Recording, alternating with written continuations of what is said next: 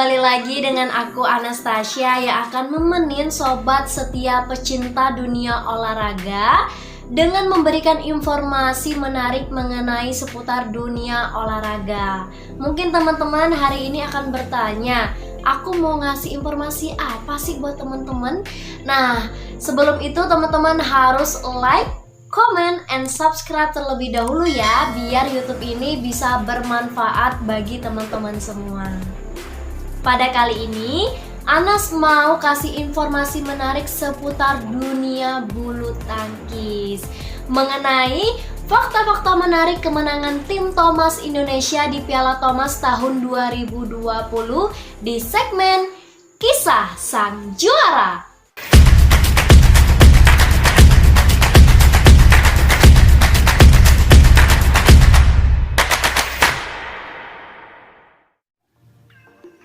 Di kisah sang juara ini, aku akan ngebagiin informasi mengenai fakta-fakta menarik kemenangan tim Thomas Indonesia di Piala Thomas tahun 2020. Piala Thomas tahun 2020 dilaksanakan pada tanggal 9-17 Oktober tahun 2021.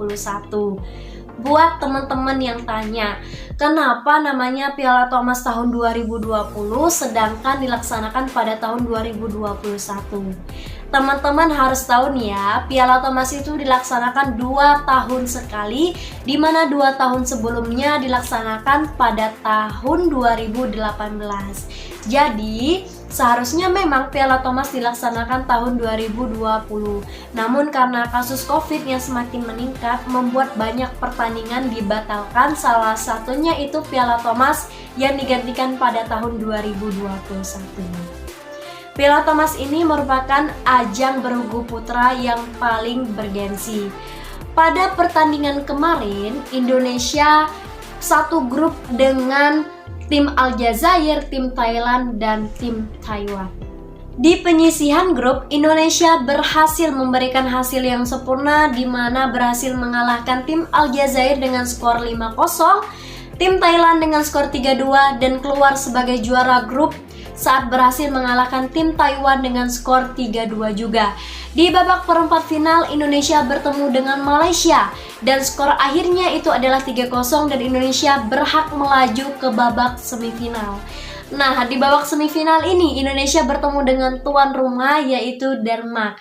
Jadi pada saat itu, pada pertandingan pertama itu sangat luar biasa ya, Indonesia sempat tertinggal 1 poin tetapi berhasil nih dikembalikan kedudukannya itu menjadi 3-1 dan Indonesia berhasil melaju ke babak final, di mana di babak final itu melawan musuh abadinya itu adalah Cina. Nah, pada saat melawan tim Cina ini Indonesia bertempur dengan mati-matian dan skor akhirnya adalah 3-0 dan Indonesia keluar menjadi juara Piala Thomas tahun 2020. Nah, menurut teman-teman fakta-fakta apa aja sih yang menarik di Piala Thomas? Kali ini yuk simak bersama Anastasia di Kisah Sang Juara. Fakta pertama, penantian selama 19 tahun. Nah, teman-teman setia bulu tangkis harus tahu ya bahwa penantian tim Thomas Indonesia itu tidaklah mudah. Mereka harus menunggu sangat panjang, yaitu 19 tahun.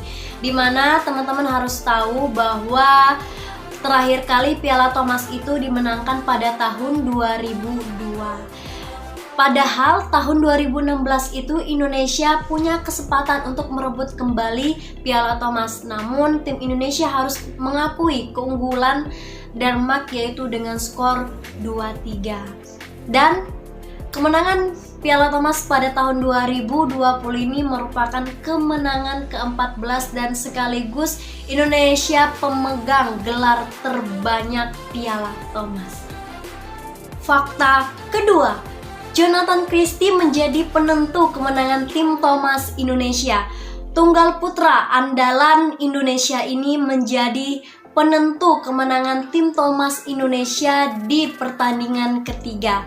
Nah, Jonathan ini pada saat itu melawan Li Shifeng dari Cina dengan skor akhir yaitu 21-14, 8-21, dan 21-14. Sempat tertinggal di game kedua, Jonathan Christie bangkit dengan permainannya yang luar biasa. Buat teman-teman bulu tangkis jangan lupa ya diapresiasi nih Kak Jonathan Christie-nya biar semangat lagi di pertandingan-pertandingan berikutnya. Fakta ketiga, partisipasi Hendra Setiawan ke-8. Salah satu ganda putra kita ini merupakan ganda putra yang paling senior mengikuti Thomas Cup, di mana ini merupakan Thomas Cup ke-8-nya.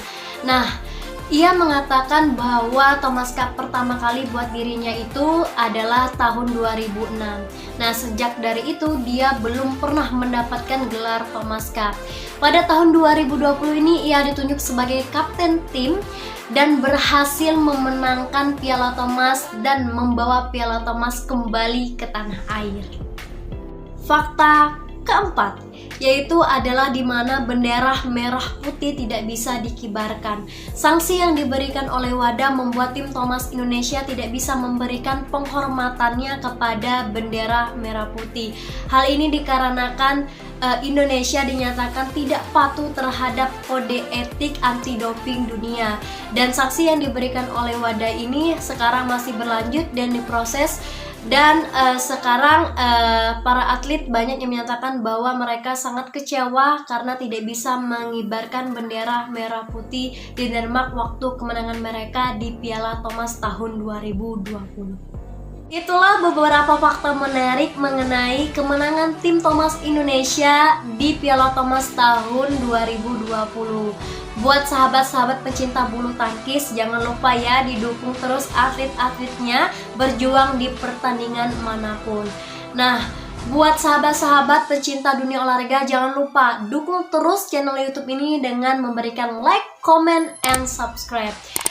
Dan untuk cerita-cerita menariknya akan Anas bagiin lagi ke pecinta dunia olahraga nih dengan kisah dan informasi yang lebih menarik lagi. Oke, sampai jumpa.